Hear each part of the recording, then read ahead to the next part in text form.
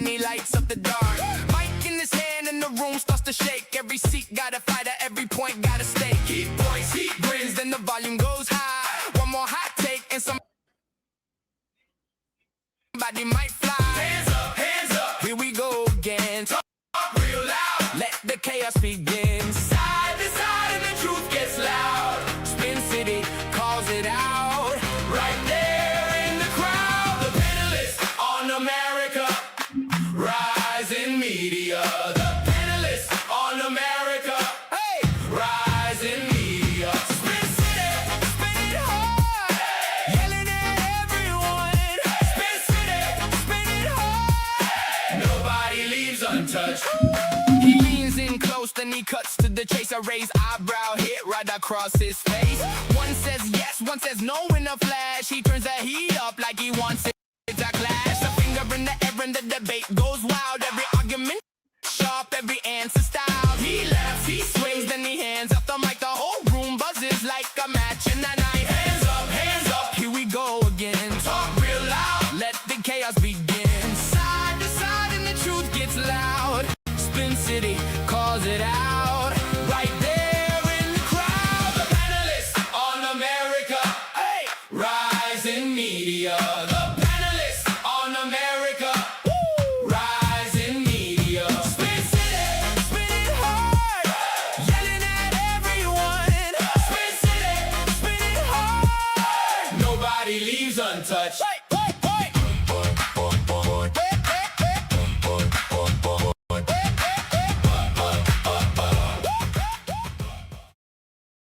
Good afternoon, good evening, everybody. Good morning.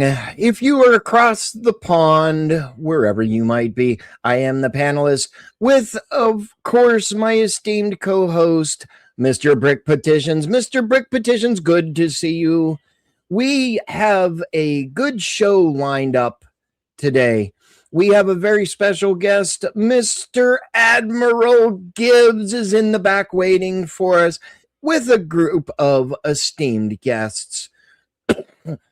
Brick, what are we going to talk about today on the Panelist on America Rising Media? Well, howdy there. And yeah, hopefully we got some decent topics pulled up for you. Some interesting things going on out there in the land of the politics and whatnot. So to start off, interestingly enough, Donald Trump's name was officially removed from the John F. Kennedy Center for the Performing Arts. So we're going to talk a little bit about that. We got a couple more topics, H1B, I believe, something like that. A couple of other things. Yep. We've got some other things coming in. So maybe we'll have a decent conversation for you guys to ponder on. Absolutely. Mr. Admiral Gibbs, our special guest tonight. Mr. Admiral Gibbs, tell us about yourself. Tell us where to find you. And we're going to bring the panelists up after we do your introduction, sir. Okay, How are you, sir? I'm good. Thanks for having me. Thank you, American Rising Media, and thank you for all the people here putting this show together for having me. My name is Admiral Gibbs. Why does my opinion matter? Let me tell you my background real quick. I'm a former D1 wrestler and MMA fighter. We used to be a Halo HCS pro and a Halo announcer for HCS and MLG, and I own a ranch, leather company, and a beauty sales company. And my undergrad was political science, minor in history, 3 certificates of political theory from the Bush Presidential Library, and I got 2 doctorates in religion. And that's why you should listen to what I have to say, because I am the best. And if you like what I have to say or hate what I have to say, you find me everywhere as Admiral Gibbs on Twitch, YouTube, and now TikTok. So check it out. Awesome. We have my good friend and your opposition tonight, sir. We have Mr. Benjamin Balderson. Mr. Benjamin Balderson, good evening to you, sir. How are thee? Good evening, guys. It's hot today. Hot. It is a hot one, isn't it? It's hot here in Florida. It's 88 degrees with 138 million% humidity, if that's even such a thing. We also have Mr. Salty Santa as some opposition for you and Mr. Clay tonight. And we also have our resident evil nemesis for the win is returning to the panelist on America Rising Media. I'm going to move the screen around just a little bit, put Mr. Gibbs up in his place, and it will be a 3-on-3 conversation this evening.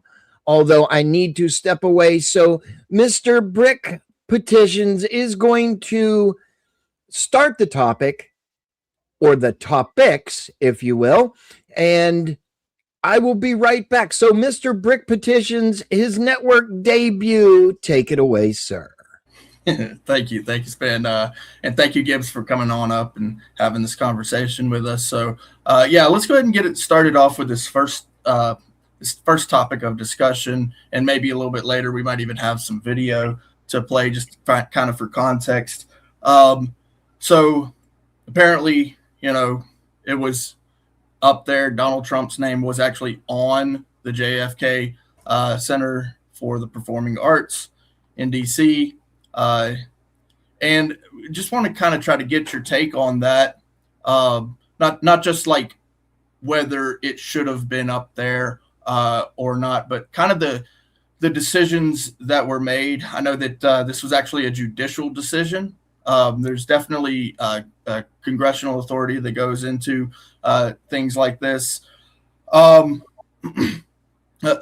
Even some appeals that were in the mix.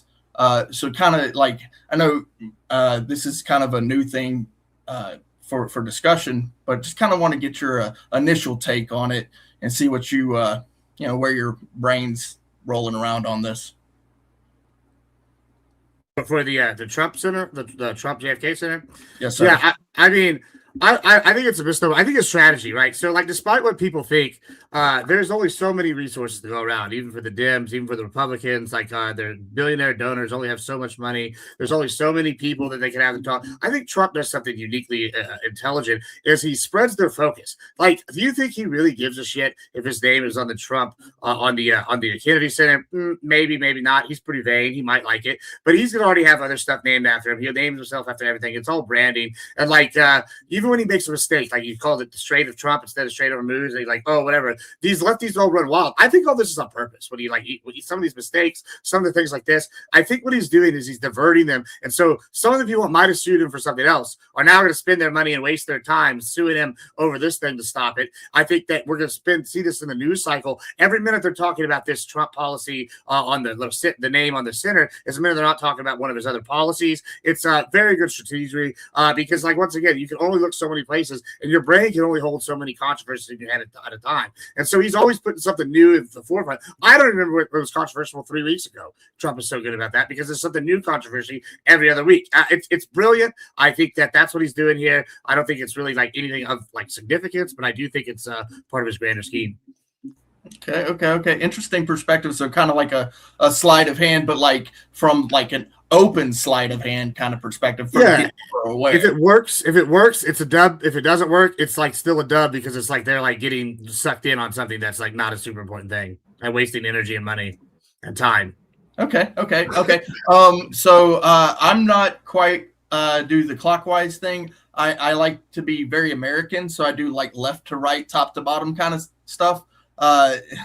Do super American. So I want to get the other guys' take on the initial topic itself, as well as perhaps, you know, give it a little take on what Gibbs is talking about the sleight of hand, but really out in the open for people who are very aware, because it kind of seems like that. It's not a bad take in my opinion. Ben, would you like to give your opinion on this, sir? That was an interesting take Gibbs had. I can't necessarily disagree with it, because I can't figure out what difference this makes in any way, shape, or form. I couldn't, when I was looking it up, I couldn't find any specific reason why he wanted to rename it the Trump Center rather than the Kennedy Center. What was the purpose serving in that? He's a petty, spiteful little man. So, I mean, there is that. He's talked about shutting down the Kennedy Center because they won't let him put his name on it. Like that's absolutely ridiculous. But I agree with Gibbs that the Democrats are really spinning their wheels on something that who cares whose name is on some stupid building. Like it's a performing arts building. Like when you're a football fan, nobody cared when the Hubert Humphrey Metrodome turned into something else and was owned by or you know, whatever. This is now the PepsiCo Center. Nobody cares. Nobody cares. They go there to watch the games. They'll keep going to this to watch the questionable sexuality plays that they put on and things like that. They'll keep going to it no matter what it's named. So I think it's for as much as they're putting on it right now, it seems I agree with Gibbs. It's kind of it's a non-thing. It's a dud. It's who cares? Yep. All right. Very good. Gibbs, you got anything to add to that? Agree, disagree? No, I mean, I think that he's on the same page as I am. Very good. Very good. Okay, Santa, got anything, brother man? Mine is more, let's remember why the Kennedy Center was named the Kennedy Center initially. The Kennedys were very involved in supporting the arts, and the Kennedy Center is a performing arts center. And then secondarily, after his assassination, I believe it was a few months after Kennedy's assassination, it was a living memorial to Kennedy as established by Congress. So I'm not disputing that things can be renamed, but I'm wondering what President Trump did to basically steal part of that memorial observation. Okay, interesting. What do you think about that, Gibbs? Any thoughts on how Trump got into the limelight of the Kennedy Center in the first place? I mean, I don't know. I think it's just him doing things to like get people into people's skin, really. Like, I mean, he's petty. We know he's petty. I mean, I don't know if he's really even thought it out that far. I mean, I'm sure he has thought it out that far with the strategy wise. I don't know if he's thought it out that far. I mean, like, you can also make analogies like, hey, they tried to kill me, but they didn't, you know, at least 4 times. And so like now I deserve my name on something. I think, like I said, he's just doing stuff to like piss people off. Like he went and did this beautification project all over DC, and like they're complaining about the tiles in that on the reflecting pool. Like, oh, I like the old pool, and it was like the old pool was dingy. Oh, I didn't like that he cleaned up Columbus Park because boo Columbus, but well, now it's a nice park and there's kids playing outside. It's like safe and secure. I think it's just like he's doing little things to win locals, while at the same time he's like pushing other stuff that's gonna like obviously trigger them, and then they put a whole bunch of energy into it. I just think it's super obvious once you see this over the grand scheme, because their whole message right now is just like anything but Trump. I don't know what they're gonna do when it's not him in office anymore, because they're gonna lose the biggest like talking point. So I don't know. Yeah. Excellent points. How about you for the win? You got anything to add to this? I mean, we're discussing like why it is that why Trump might even be in the limelight in the first place, but then it kind of seems obvious why he would, because it's Trump, right? And so then why his name would be on the center in the first place, it's kind of obvious because it's Trump, right? And so, anything you got anything rolling around in there? Yeah, I do. I have a lot actually, but I'd like to ask the panel here first and foremost. Typically, would it be fair to say that anything that Trump typically touches? He meant besides numbers floating around. Sorry, you go ahead. Go ahead. Yeah, I was going to ask, would you guys agree that typically whenever he touches something, when it comes to architecture, it usually turns to gold? It's a good thing. He does a good job with the projects. How do you feel about that? Better with real estate. Yeah, you feel like he's done a very good job of essentially basically anywhere he gets involved in when it comes to building and that sort of thing, especially like when it comes to now that he's involved in the government itself. I mean, being president, that's a big, it's a big job, right? When he gets involved in these projects, it tends to benefit everyone. I mean, yeah, I would say generally. I mean, like I said, I don't know so much of like it's that thing because like once again, this is the Kennedy Center. It's already something that's established and funded, and it's already like semi like a memorial because like it's Kennedy and all this good jazz. I think this is once again more of a troll job by Trump than anything else. But yeah, I mean, I don't particularly have a problem with him doing that. Like, I don't like. It's not like they're gonna sell this, right? If it was like a different piece of real estate and he was getting involved and it was like a commercial thing, yeah, I'd agree. But it's not like they're gonna sell the Kennedy Center at any point in the near future or ever, right? Like, so I don't know, like how that would be a thing. But like, yeah, I mean, the people that don't like Trump are gonna disagree wholeheartedly with what you just said, Clay. They're gonna say everything he touches turns to dog shit. Like so. It's just like it depends on your perspective. And that's what I kind of wanted to lay the foundation with, is that he does a good job. Now, it's not just about his name coming off the center. It's that they're also blocking a 2-year renovation project of the entire building as well, too. Whereas I believe it was just 5 years ago, they got $20 million under a COVID stimulus to renovate the damn place. So if it got renovated for $20 million, well, what the hell did they do just 5 years ago? And why do we have to do what we're doing for a whole 2 years? And it's just like the White House. The White House with the ballroom, it has an above ground structure and has a below ground structure. And I do believe this place still has that same kind of thing. There's the above ground structure that we all know what it is. It's a performing arts center. But the below ground structure is, I believe, the target of what this whole thing is about. I do believe there's human trafficking tunnels that connect this place to Theodore Roosevelt Island right across the way on the Potomac there. Oh, that is an interesting factor. That actually brings a whole new dynamic into it, right? So it's kind of like follow the money, and you actually find out more information than you actually started with. So, like, obviously, if they're going to be using X amount of money to do renovations, but then it gets held up, and what's it getting held up for, and all of that kind of is where you're going with that. And then human trafficking as well. Well, absolutely. And like when you're on the outside of the facade, you can overlook and look at that island. And I'm very, very confident in there being a tunnel underneath it. I do believe they're doing crap underneath that island. So what better way? If you're one of these people, you can go see a show, you can walk outside and you can view where you do all your bullshit and everything. And I'm really confident in that. I did a dig on this with DB Productions, with Krista's channel, part of ARM. On her channel on all of this as well too, so you can actually find video of what I'm talking about here with all of that as well. So okay, interesting. Yeah, I appreciate that plug. Now I want to hear what if Spin would like to come in on this as well, but I want to see if Gibbs, do you have anything else to add to what For the Win was actually just talking about? Not at the moment. No. Okay, Spin. I did quickly want to add that From what I read, they're continuing with the renovation. They aren't blocking the renovation. The thing that they blocked was Trump wants to close the center down for 2 years to do the renovation. So they're blocking the closing of it, but not the renovation, which is including, he wanted to close the center for 2 years in order to do this renovation. And they're blocking the closing of it, but not the actual renovation itself. Interesting.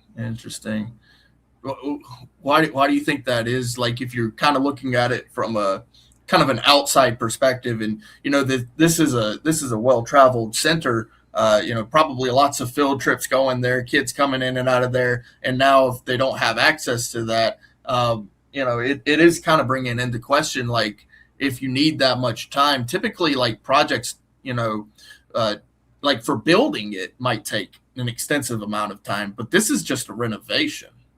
Well, from what I read, it goes along with what For the Win was saying, that there's actual structural problems. What I read was it was steel beams that have been rusting and whatnot. So they're going to go in and replace some of the main beams in the building and things like that. The actual structural integrity of the building is getting replaced. So for public safety, I can see why that should, Absolutely, be shut down. I also understand what they're saying is we've got years worth of stuff planned out in this building. It's a major venue for the city, so I can see both sides of that. Yeah, there's some interesting dynamics. And if that center's truly closed, they don't have access to do their crap for 2 years, or if ever after that. So, right, yeah, interesting. Spin, do you have anything, my brother, the panelist? The panelist has an opinion. Listen, how many libraries are there that are named after past and former presidents? I mean, yeah, countless, right? Yeah. And my take on it is, he wants to be remembered by something other than his other businesses or his other, other things like that. So, I mean, yes, JFK, that family was big into the arts, like you said, and everything like that. But at the end of the day, is he going to get a library? Is he going to be able to put his name on things, and I don't necessarily have a problem with him having his name on stuff, right? If he's funding the bill, or he's funding the project, or him and his constituents or whatever, I don't see why he should not be able to pay homage to himself for funding such a project. I mean, let's take it one step further. Look at the ballroom. The United States taxpayer is not paying for anything, according to everything that I have read. I know there was some other input by the United States military and CENTCOM and all those other things that they needed a little bit more room. So, I mean, if that would come out of the budget of the United States military,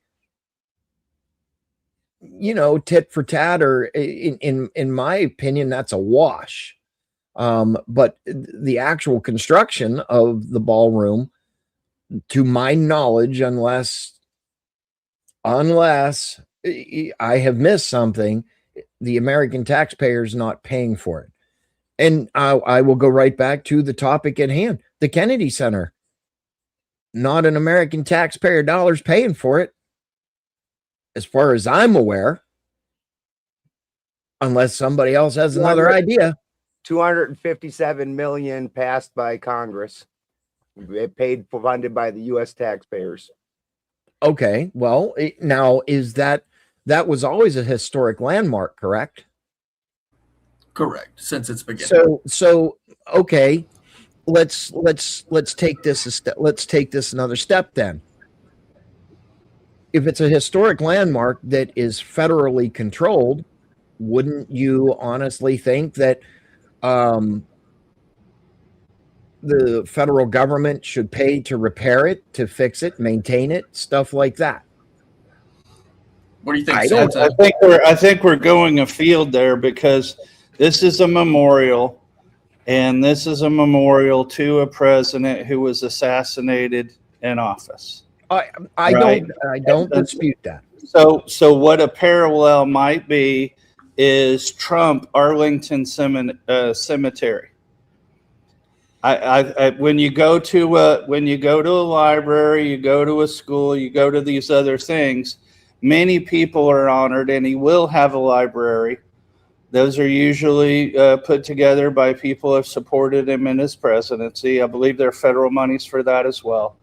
Sure. All I'm suggesting is there's plenty of real estate and enough going on in the city that something that's not or hasn't been more broadly supported as the higher representation of art within the U.S. as something that he needs to have his name on, again, when it's also a memorial. Okay, I mean, I see the difference of opinion, right? I do. And does it really spark, or should it really spark outrage? Right. This is actually the question, right? I think this is really an ought question, right?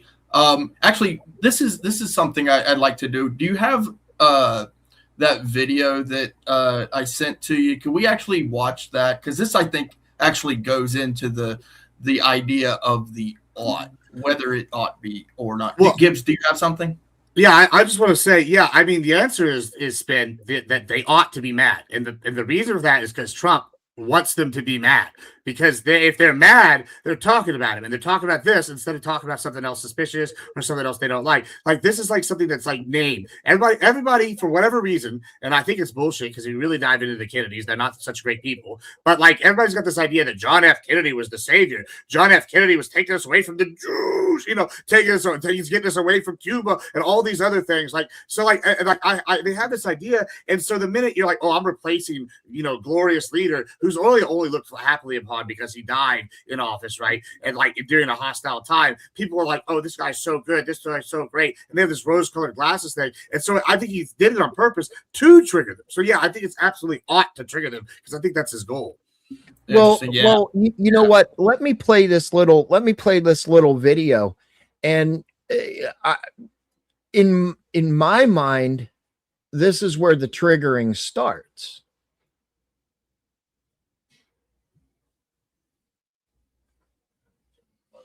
Unfortunately, I can't play the sound with it. Right. But that's a terrible Trump dance, by the way. She can't do it at all. That's not even a move. Right. I mean, but is that on its face a very triggering thing? This lady's doing a very bad imitation of the Trump dance, but as you saw at the top of it, POV, when you protect the Kennedy Center. So basically what this poor excuse of human spunk is doing is trying to say that she saved it. Right. So this is Joyce Beatty, Congresswoman, correct? And I appreciate you pointing this out, Ben, because I know Ben was the one who brought this to our attention. And I want to get your opinion here in a second, Santa. But I want to say that, when you see Congress people acting out, I want to have that kind of into this as well, because even Trump himself obviously acting out in certain instances. This is just kind of like, to me, it almost sits like throwing it in certain people's faces that, hey, sure, we got this win. But even still, is that even a bad thing or not? And so these kind of things happen, right? But then, like the name got removed, and then Congresswoman Beatty dancing about it. Is that like productive and that sort of thing? Go ahead, Santa. Well, I can see that, but my point about adding the name is more, I think it's a fine tradition for us to not necessarily hold everybody account who dies in service to the country. We're all imperfect people. Yeah, what you were saying, Admiral Gibbs, about the Kennedys, certainly true. There were certainly things that a lot of people don't know about Lincoln. We have this mythos that we build around those people who die for the country or in service to the country, and I think that is one of our finer traditions. as far as him and putting on the building, I don't really care so much, other than I like the precedent of honoring people. If he were to die in office, I would be just as supportive of his name being on something as well. And I'm not naive. I see it's just politics on both sides. Right. Any thoughts, Gibbs? Muted. No thoughts. Okay. For the win, do you have anything on the video on the ideals here? I mean, Santa pointed out a lot of interesting points. Well, we were kind of touching on that, the name on the building is a troll job in a sense like this. And I look at her dancing like in front of this is like, haha, you can't touch us. We have judges that'll strike down this order and every order that you want to throw our way. You can't beat us. Good luck. Well, we'll see about that. So that's all I've got. Okay. Ben, anything here? Again, when we look at the totality of it, Congress is the one who passed it. So this isn't even, the renovation isn't even a Trump thing. It's not like Trump decided that it's going to get renovated and it did. This is something that Congress passed, Congress paid for. Trump tried to slap his name on the side of it at the end because he's an egomaniac. He's straight up and he's a petty egomaniac at that. Now I can't disagree with what Gibbs says, trying to make the petty argument so that way he can get away with bigger things since he's got them so bound up. That's an interesting theory, but for sure, and I'm not fighting him on it, but at the end of the day, he's a petty little egomaniac. I can understand if he named the ballroom where he built an entire brand new ballroom. He's the one going out and securing the funding. He's the one doing all these other things. Okay, you added something completely new. Stamp your name on it. Don't rename the Kennedy Center something that was a memorial. And I understand, I agree with Gibbs. We don't have a president there's no such thing as a president that wasn't dirty. Like that's just all of them.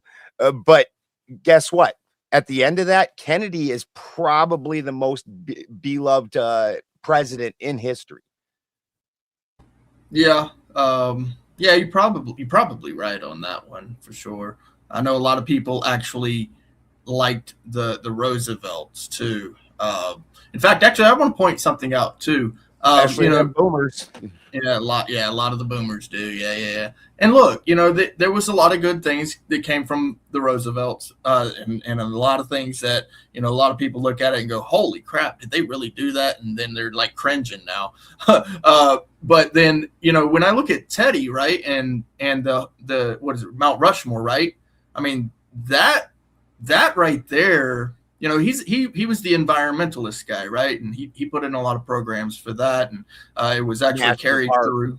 Yeah, it was carried through and all of that mostly through the Democratic Party. But then, the Republicans were on board with it too. So there's a lot of good things that have come from a certain ego that has been there. And yeah, we do have the courts available to us to strike down anything that's unconstitutional, which is absolutely wonderful. I think that's a big win for the United States. The way that we have things set up constitutionally, it's an advantage that we have over the entire rest of the world. Do I think the Trump name being on the Kennedy Center is a good or bad thing? Personally, I'm indifferent to it.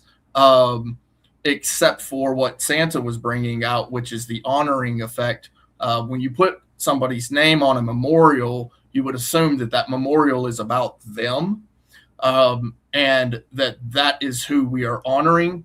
If somebody, did the artwork of it, maybe they might get a little initial down at the bottom or something to let you know who actually did the work for it. But the honoring is for Kennedy. And I actually do agree with Gibbs as well that there's a little bit of sleight of hand probably happening here, where it's, hey, I got this thing going on over here, guys, that you guys really are going to get all pissy about, but then you stop paying attention to this other thing that's actually happening over here. So yeah, I agree with all of you guys. Actually, it's actually a really good topic of discussion. But unless does anybody else have anything else to add to this? You guys have pretty much stated your claims on this. Gibbs, anything? No, for the win. No, we're good. Okay, very good. Spin, do you have anything else to add, sir? No. All right. No, I think we got that topic. Which topic do you want to move to next? Well, I personally would like to go ahead and cover. I think the H-1B topic is probably going to be a nice hot topic, especially considering it literally just happened, from my understanding, like a few days ago. This H-1B thing, I'll go ahead and explain it. I don't know if you guys are aware. H-1Bs are typically about 2 to 5K. Trump put in an order to make them cost 100K, which is an exponential jump from the original cost. And it was struck down. Okay.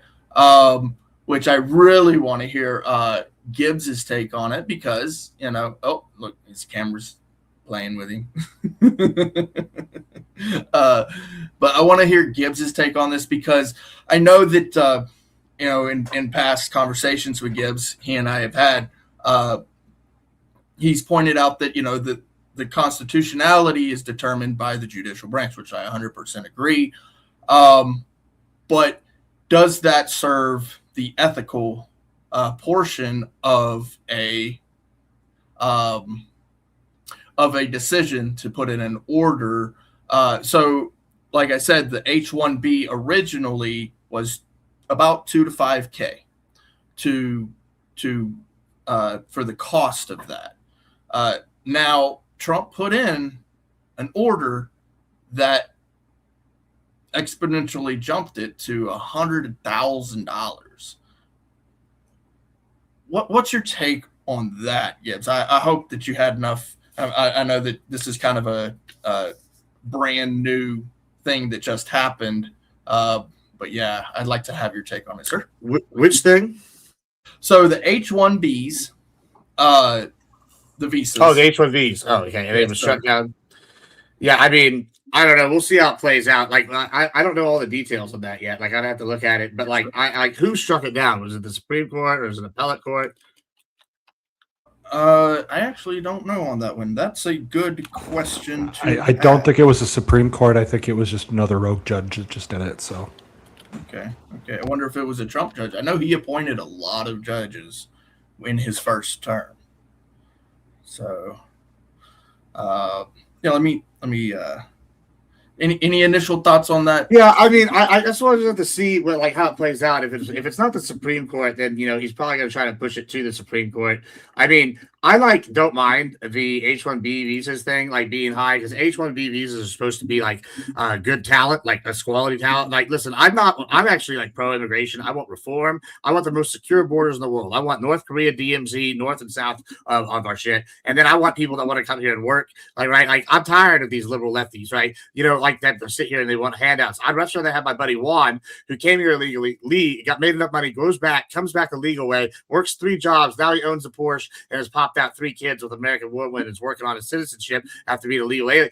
That's the American dream. I'd rather have 100 of that guy than one of these lip cucks that are just sitting here going, oh God, it's so hard. It's so hard. I need banana government. So I don't, the other thing I want, and that's low level labor. Now, high level, part of the reason the U.S. is so strong is we go and I know everybody's going to hate this take, right? Because I know there's a big group against the Indians, right? Part of the India's got decent schools. What they do is then we go and raid their schools and their engineers and doctors and shit become our mid-tier labor, not even our high-tier stuff. So we get guys that are qualified or overqualified to work mid-tier jobs jobs here for like lower the price. Now that hurts us somewhat, and I can see the government going, okay, well, if you're going to do this, then you need to pay us a fee so that it offsets us in some way the damage you're doing to Americans not being able to get those jobs, right? Because you want the companies which are American and have American employees to benefit, but you also want American workers to be protected. I'm not opposed to this, like on its face, but like I think legal immigration is a strong thing. I think the problem we had was what the Dems were doing is they reformed like the asylum process and made the app so that they made it too easy for the low level people to come in, and then they turned around and simultaneously shipped in a whole bunch of people. And then these are issues, right? Versus like, hey, if they had focused on like brain draining other countries, that would have been a little different, I think. But they didn't do that, and they kind of did this like mess of like massive things. I don't know. I liked his other plan, where it's what $5 million for the gold card, and that's generated a bunch of money. I like that a lot because what do? You're guaranteeing rich people are going to come and become citizens and park their wealth here and build businesses. And I think that like overall, these are all good things. Like I don't know. I'm not opposed to immigration. I think reform is what we need, but not and then a strong. If we don't know who's coming across, that's a bigger issue than like the masses. Like I think kind of that's where I'm at. Yeah, I appreciate that tech. Like so, kind of like know what we're getting for our buck, right? And on top of that, get a little bang for our buck as well. I mean, also, if we expect to go to war with China, who's got 1 billion people, their army's massive. They can just start swimming over here, and enough of them make it to put up a decent fight. I think that we're going to need meat for the meat grinder. I'm sorry, that sounds bad. And then most of our immigration has been Hispanic, which is a lot different than the Muslim immigration into Europe, right? And most of these people, like, they'll work here, they'll be citizens, they'll go fight, and they'll be veterans, and then they'll work the low jobs. Like, that's what you need. You need bodies, like, for these wars, and like. Empires live off of their auxiliary fighting. I don't see why we shouldn't be doing the same thing. I mean, we also just need bodies in general. Like, I think that we should integrate the people that match us culturally, and we shouldn't integrate the ones that don't. Yeah. I like those takes. Well, one more thing, Clay. I'm sorry, but the Indian thing, I don't know if you've seen this. It's a really famous video now. It's about this guy named CASHAPP Patel, and he's talking. I don't know what my thing's doing. I'll have to disable it in a second, restart it. But these people, right? He's an Indian guy. He owns a store in Austin, and he went viral because he started playing opera music 24/7, cranked to the max, and it's driving the people there crazy. They're going nuts. I was just talking good about this AI now. It hates me, and like they're like pissed off. And he's like, you know what? You smell that? It smelled like shit. I didn't move from India to smell shit every day. I moved away from India to stop smelling shit every day. And I'm like, you know what? That's the guy I want here. I want the guy that came to better his shit and is like benefiting the community. Like, and then he hates like the people that aren't working. That's what we want. Like, so I know a lot of Texans are like, Abbott sold out to the Indians and all the shit, but I think it's more complicated than people want to make it out to be. Well, and the thing is, like you mentioned Texas, especially a Texan, he had to restart it. So. No, I respect his opinion because as a Texan, he does have some very very important takes. I mean, he's really a border state, and switch back around there. Yeah, he's got it. Okay. And so you're a border state. You actually have business to protect. From my understanding, you have a little background in immigration. You personally, right? So this isn't just like, I'm on the sidelines watching it. So, I really respect your take, Gibbs. That's important. Yeah. This camera's not going to cooperate with it. Yeah, but I mean, I like also like when you're on a border state and like you have these issues, like there's issues every day that people aren't talking about. They just like got 73 people out of a trailer. I don't know why it's freaking out. It's been so good. The last week, and they just got 73 people out of a trailer like last week that was going to be sold into sex trafficking, basically, right? And it's like this happens all the time. People are like, there's no problems, no. I'm like, oh, okay, buddy. And like Israel, they got real good. We were just talking about this last night. Israel's real good at finding the tunnels. You know what we could use down here? Someone to find the fucking tunnels. I love the camera zoomed in on you. Yeah, on it knew. It knew. I mean, like that know-how, that kind of intuition, that sort of thing. You guys, I want to see if you guys have any takes on this. Ben, you got any takes on what we've been discussing here with Gibbs? I mean, the immigration issues on a broad scale. I know we're going to get back to the the judges and their decisions on these. I actually found some information I'm going to go over, but just kind of immigration. It's actually fairly interesting because the $100,000, the onus of that is actually put on the company trying to import the immigrant and bringing them in. And then the requirements, they have to, obviously, it's going to be a sponsor type company. They're going to already be giving this person a employment position, so they have an employment position ahead of time, and they need to have either the American or an equivalent in their countries to a bachelor's degree in the field that they're getting the job in. So the raising it to $100,000 is kind of wild, because he's supposed to be all about helping businesses, and then he's talking about being pro legal immigration, and here we are, and he's making it very cost prohibitive. There isn't a lot of companies that can upfront pony up $100,000 just to bring in a guy that you're now going to have to train and do everything else. I mean, hell, yeah, I hope he communicates well, that he's actually a decent guy. He doesn't just disappear after he gets here and roll out. That's going to narrow that down to like the 0.1% of companies that are actively going to be doing that.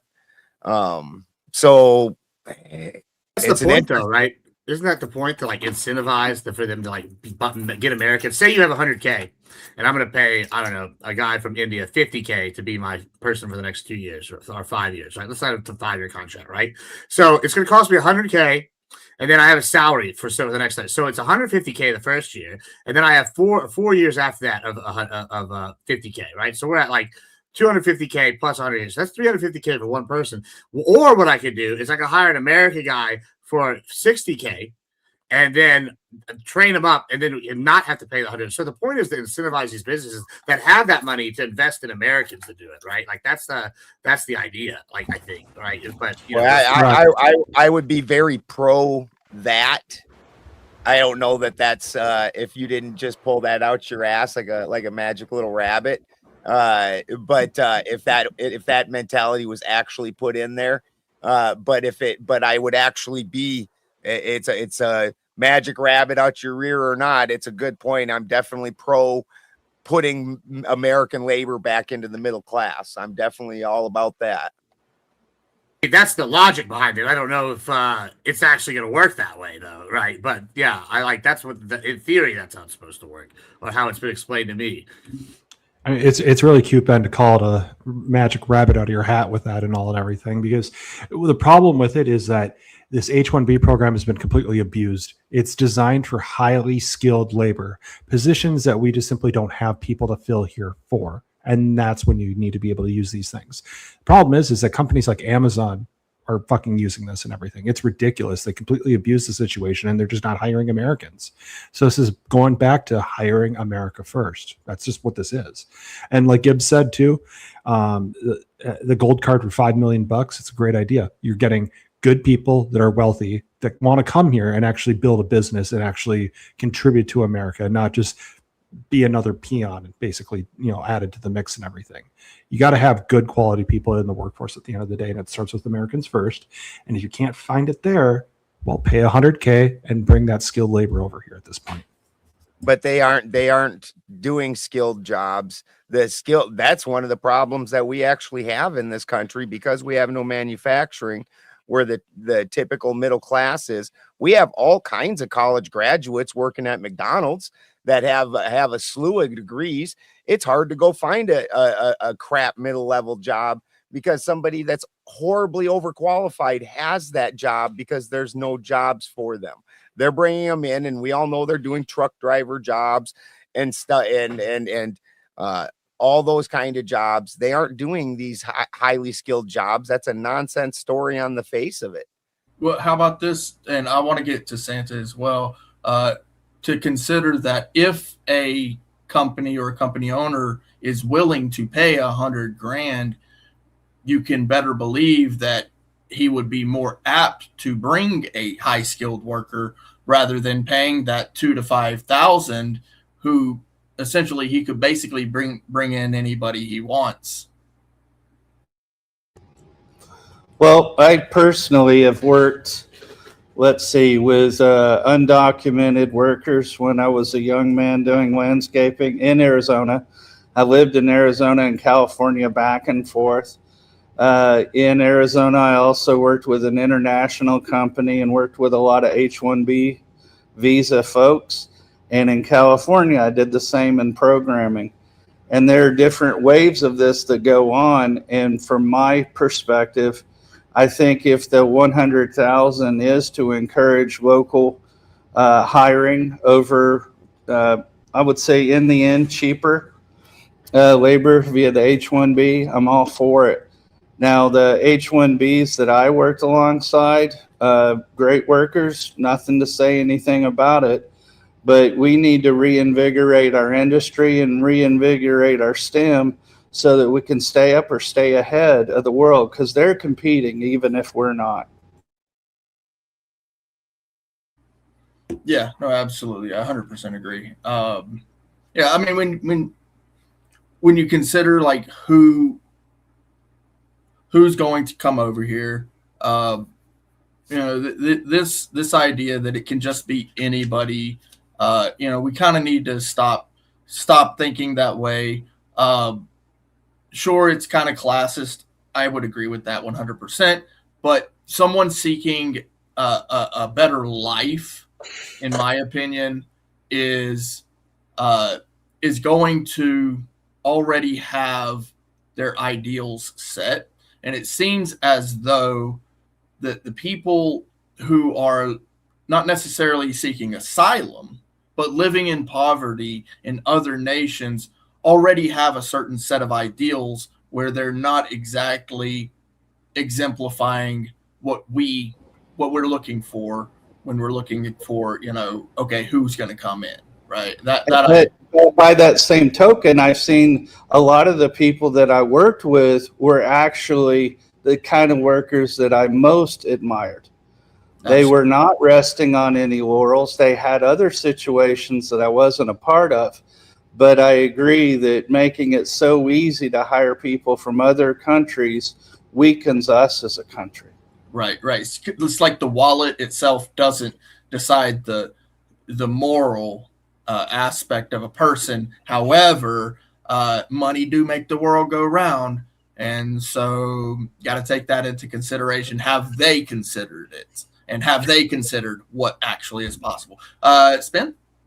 So I'm going to weigh in here, and most people know my take on this. Okay. Listen, I have no problem. You want open borders? No. Fuck no. I'm kidding. No, I am okay with legal immigration. We hear things on the protest line. Nobody's illegal. Yada, yada, yada, blah, blah, blah. I'm not going to go into all that fucking diatribe and that bullshit, right?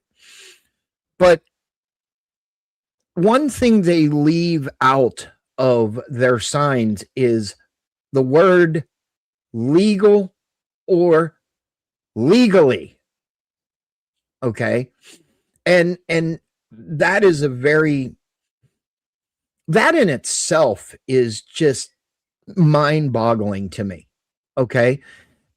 We've heard where people want to have illegal businesses from some cringy liberal moron. That's a benefit to this country. We've heard many other different things of why these people are so much of a benefit to our society. Well, if they want to be a benefit to the American society, yeah.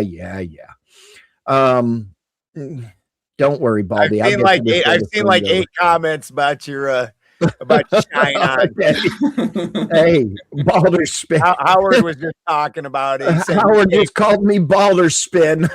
Yeah, Howard said he shaved his head also. Yeah, so we're making a statement. We're making a statement of the Baldies tonight. Absolutely.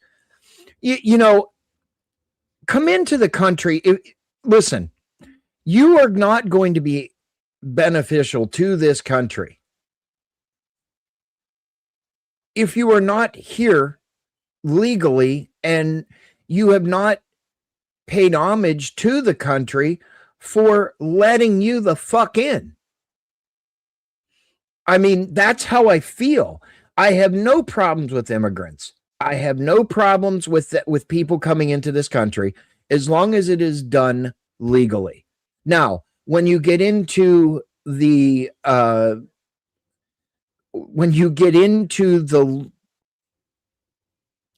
legal process, follow the legal process. And Howard, I need the proofism that you shaved your head, sir.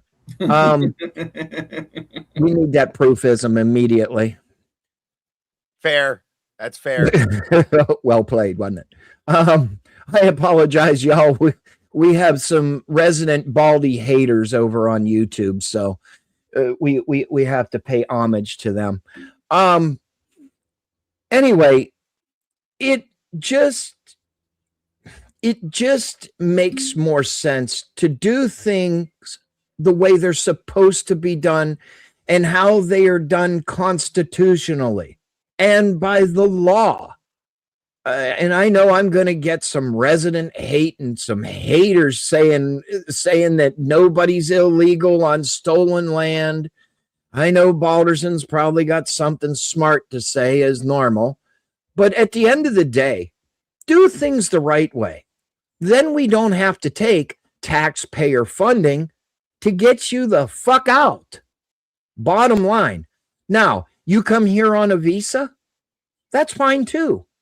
That is the United States giving you permission to come into the country to work or farm or, Clay, I'm sure you could probably name 30 other reasons that the United States gives you permission to come in here, right? Absolutely.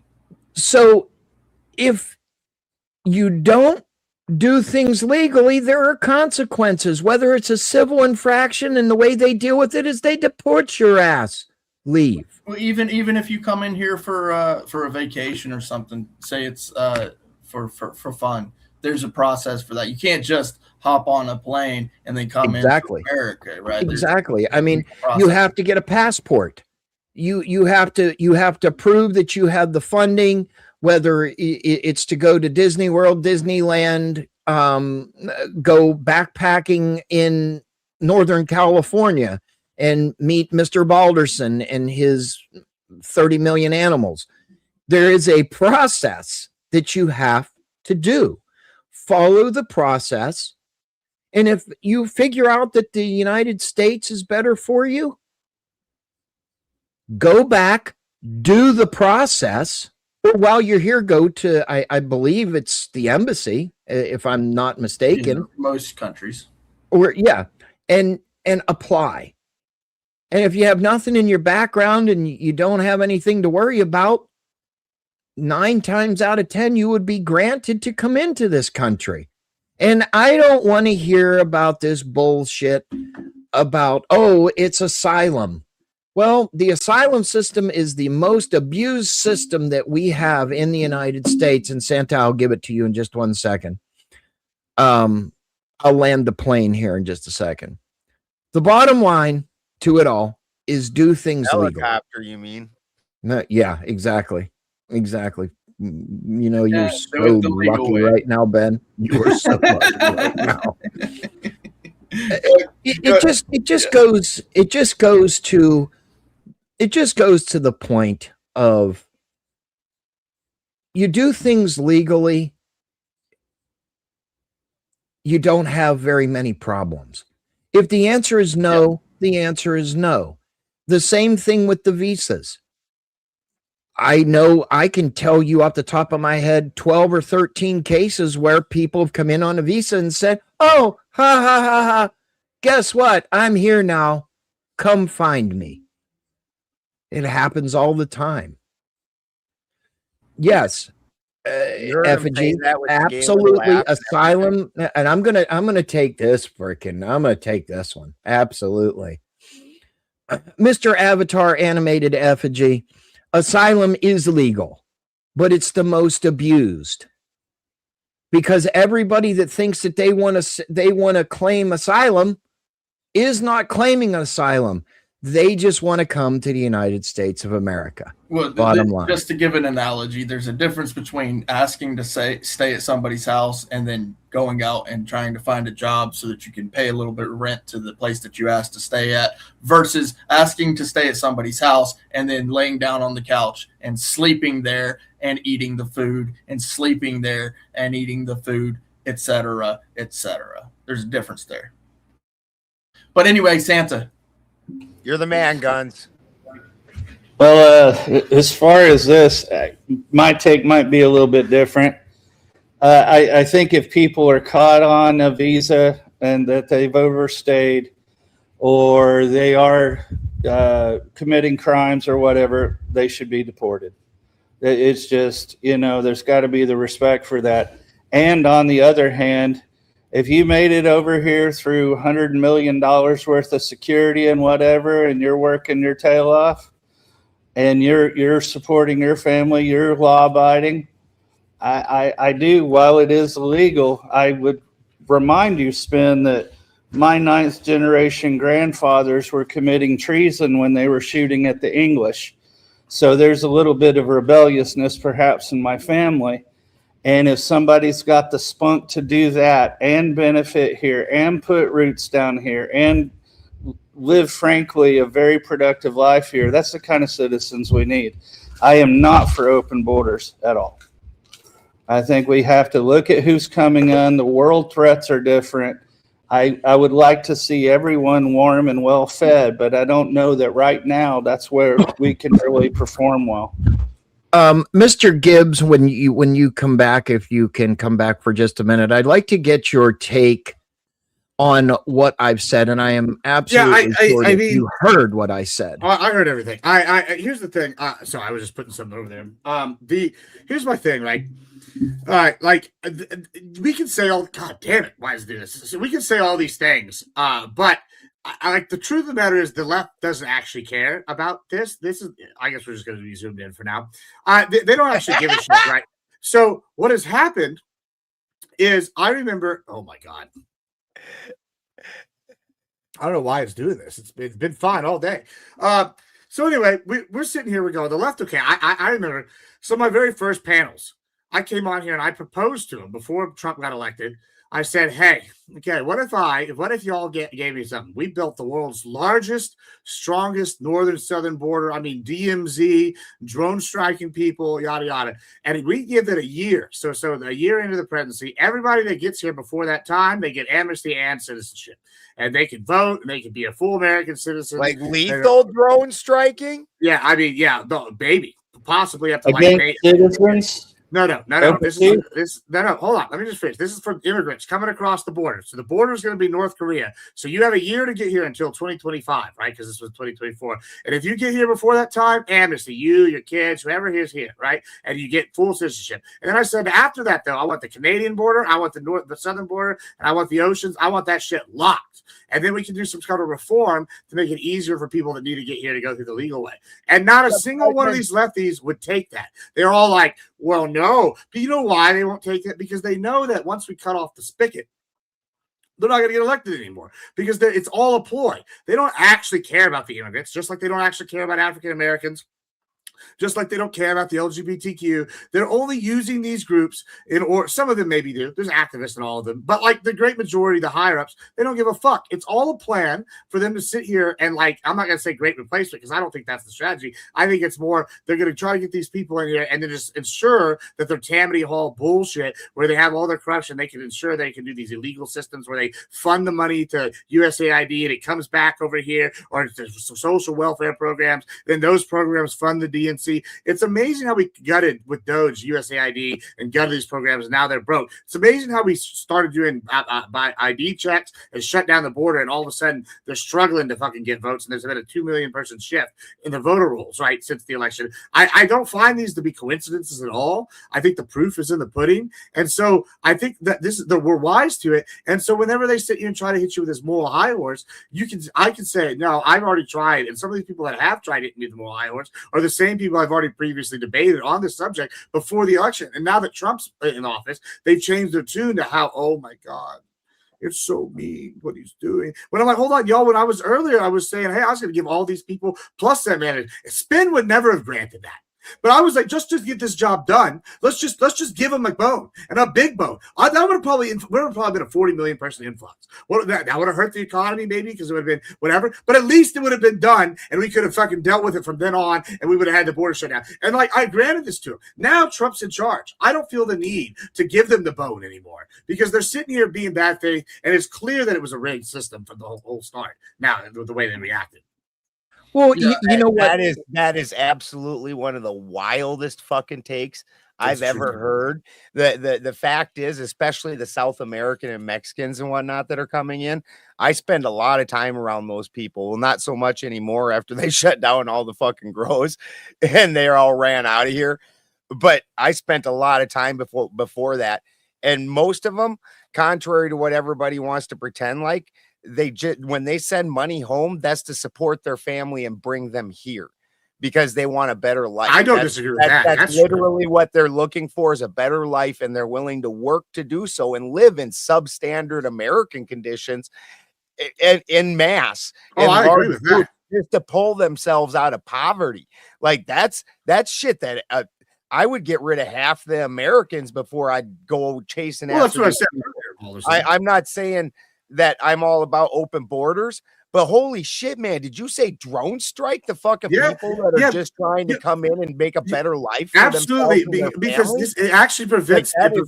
I'll explain why. And actually, it's the humane thing to do. Well, I mean, the why would be because you have no fucking morals. No. This is because it's the humane thing to do. Because what happens now is they come up here and they get up here, and if they're lucky enough, they get sold into sex slavery, or they get sold to where they owe the coyotes and the cartels money in perpetuity for 20, 30 years, or they are able to get up some of the people legally, and then they're still at risk of getting deported. It's created this subclass that's been being abused by the Dems and by other evil people. Now, the reason why the drone strike, the reason the drone strike would work. People. Yeah, but hold on. The reason why the drone striking would work is because if you know that you have a 99% chance of dying, you're probably not going to go and do that. And then that's going to stop the giant influx. And we actually have proof that this works, because in North Korea, these people don't try to escape or go anywhere unless because, hey, it's so risky, right? And then we have more proof that it works here in America when we go and look. And after Trump got elected, the people said, oh, he's going to shut down the border. He's going to make it too tough. And immediately these people stopped coming in. I think Santa showed us a graph last night, which showed the immediate drop off. And that's just by the threat of him making it so difficult they can't get in. Imagine if the threat was not just, oh, you're not going to get in, but you're going to get blown the fuck up if you come here and you don't do it the right way. And guess what? That's going to save thousands, if not millions, of lives in the long term. If I may add a caveat here, just because I'm listening and considering the option, right? When people are quote unquote sneaking in, they're sneaking in for a better life.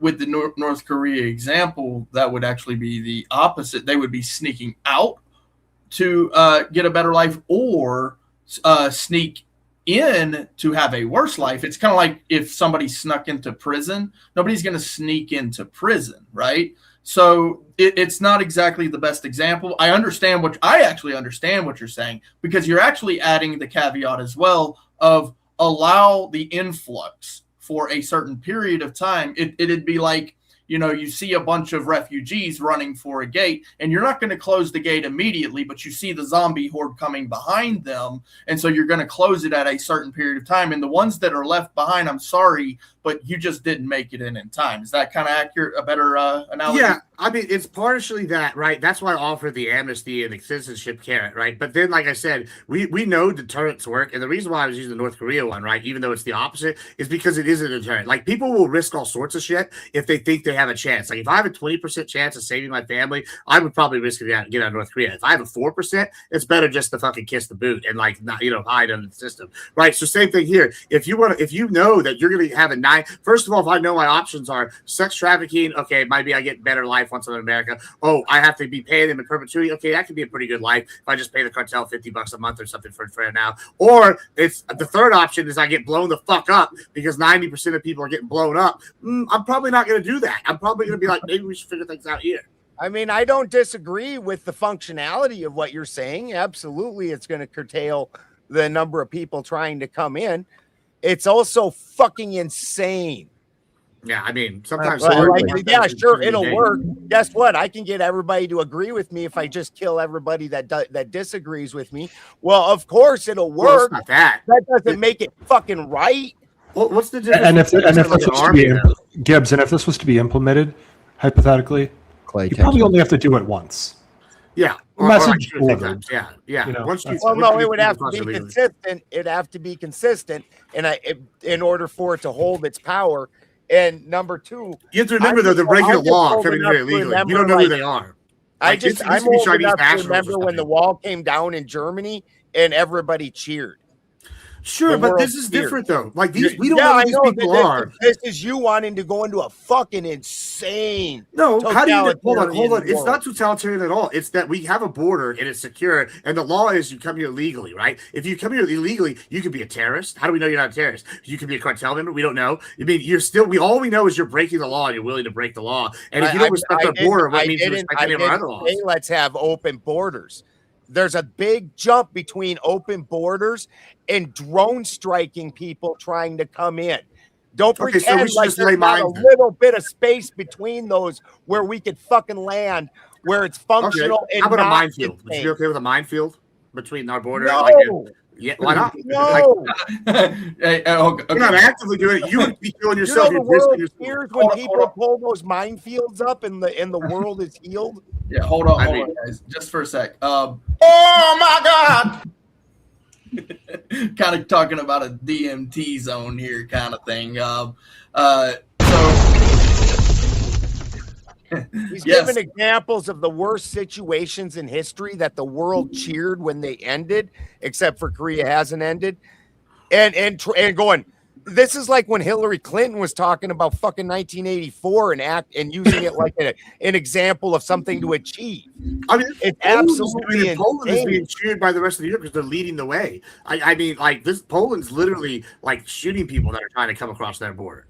Like, and gentlemen, I need to interrupt for just a minute. We got the shades over there on pill.net from Miss CASHAPP. Thank you for the shades over there. Gentlemen, ladies and gentlemen of the audience, please donate to the stream if you like the content. Ladies and gentlemen, we are working on something very big for the America Rising family and also the respective creators up here. It will be epic, I promise. If you are wanting to donate to the stream, please do over on the Benjamin Balderson channel on YouTube. The America Rising family over on America Rising Media on Rumble and Pilled. We are live on the Spin City News channel, the Benjamin Balderson channel, X Pilled, on the America Rising platforms, and on Admiral Gibbs. Please donate. Thank you. Perfect. Back to you, gentlemen. Before you guys jump into this, so kind of just to put this out there, Gibbs is talking about a DMZ, demilitarized zone, which essentially it does, in my opinion, create a bit of a serious danger factor, not just for those who are coming to the border, but those who are exiting our country. So, like I do see a need for strong borders, 100%.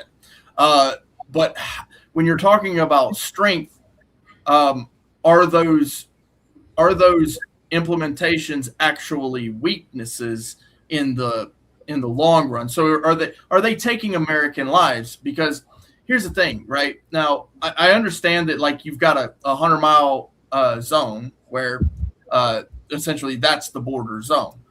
How far out do we place these mortars? How far out do these drone strikes go? Because you're actually not even just risking the lives of those crossing the borders, but actually all the way through that entire zone. 100 miles is actually a very wide stretch of land into all of the border states.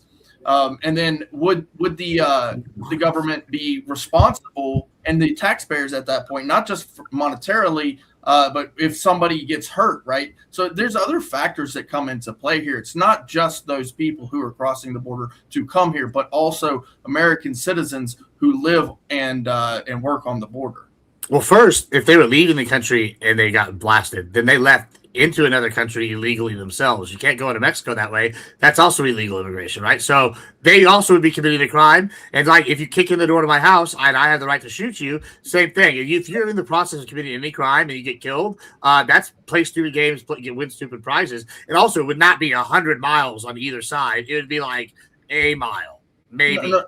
Yeah, okay, so that's what I'm asking. Like, so as far as the drone strikes and the mortars that might be set. I don't know about mortars, but yeah, like the reason I picked drones is they would be, and then you could target. You'd have to approve it.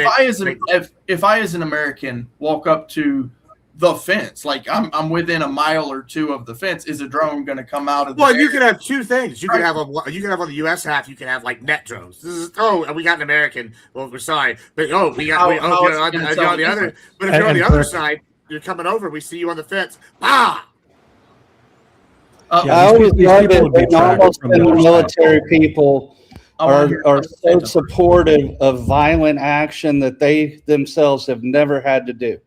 Have never had to live with the consequences of it. They don't have any relevant experience that tells them this is what the reality of this is. As a hypothetical, as a big shocky thing to say, okay, but unless you've seen people turn to mist, I don't think it's a real good thing to be talking about weaponry on the border that's set up for, military use. The border is not a military border. It is an immigration border primarily. It is not a military. I will repeat it, Admiral. It is not primarily a military border. You go to an army post or a naval station or anything else, it has its own borders around it. The border itself is a controlled access point. I believe it should be a controlled access point. And I lived in California and Arizona where they have the tunnels, and I agree a lot of things ain't happening. But if you haven't turned somebody to mist, I don't think you should be so ready to shoot drones at people across a border. Do it up close and personal. Live it. Have the courage. Hold on, guys. Before we go on, Coriolis Tony, thank you for your $9.99 donation. Appreciate that, sir. Yes. Hey, Coriolis. Love you, brother. Yeah, I mean, to respond to that, though, because I feel like that was directed at me. I've been to 66 countries. You don't know my entire background. I've seen some crazy shit. And don't worry about where did you serve? Where did you serve? I didn't serve. Right. Okay, cool. I mean, hey, listen, I was staying at a hotel in Beirut that got blown up by Hezbollah. Did you get blown up by Hezbollah? No, do you see this game we're doing? No, I was in Bahrain when you were sitting there licking your nuts. Yeah, so once again, let's check this out. You're sitting there prescribing action that you were unwilling to do. You weren't willing to sign up. You weren't willing to be there. And I've been in 23 different countries as well. Don't talk to me like I'm some backwoods kid. I know what I'm talking about. Well, congratulations. You didn't learn much of your authoritarian leadership. Well, hold on. Here's something. One, you're making vast assumptions about me. You don't know. I made a vast assumption. Sure. That's fine. Secondly, I mean, I'm going to say something controversial. I'm going to say something controversial. I did MMA wrestling. It takes way more guts to be a man to go in there and know I'm going to get my ass. Okay. In fact, I train people at Fort Hood to do hand-to-hand combat. I've seen all this. I'm willing to get my hands bloody. That's not the problem. The difference is you were almost in the military. Once again, I'm not even almost in the military. I didn't ever apply to be in the military because I had such good scores and such good athletic ability that I was actually going to achieve something higher. I'm sorry that you couldn't come to mustard and do something better and had to go in the military. Oh, yeah, that's right. I worked at the Salk Institute while you were petting your cows, boy.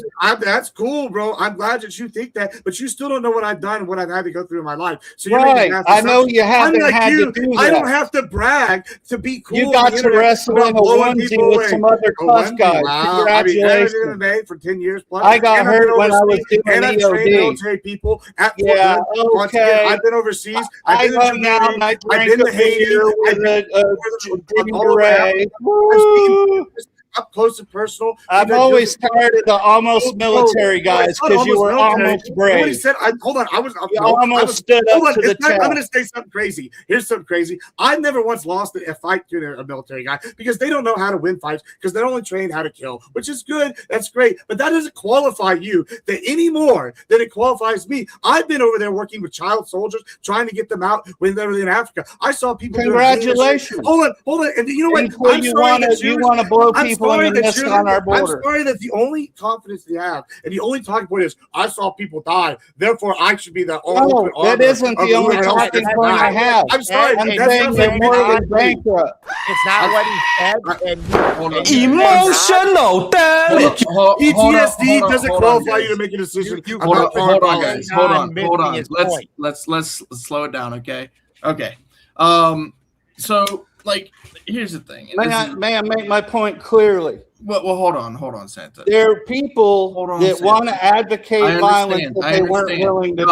I understand what you're saying. Just give me a second. It's called volunteering for a reason. Hold on. Yes, I love you. I'm better, and I know it. Hold on, guys. I'd easily take it. I understand both of your points. So me, myself, and I don't put this out there for every time I get on panel. I did not serve. Okay. Sure. My father served. Okay. He served 22 years active duty, 30 years civil service, and he just retired this year because they put him out to pasture. Okay.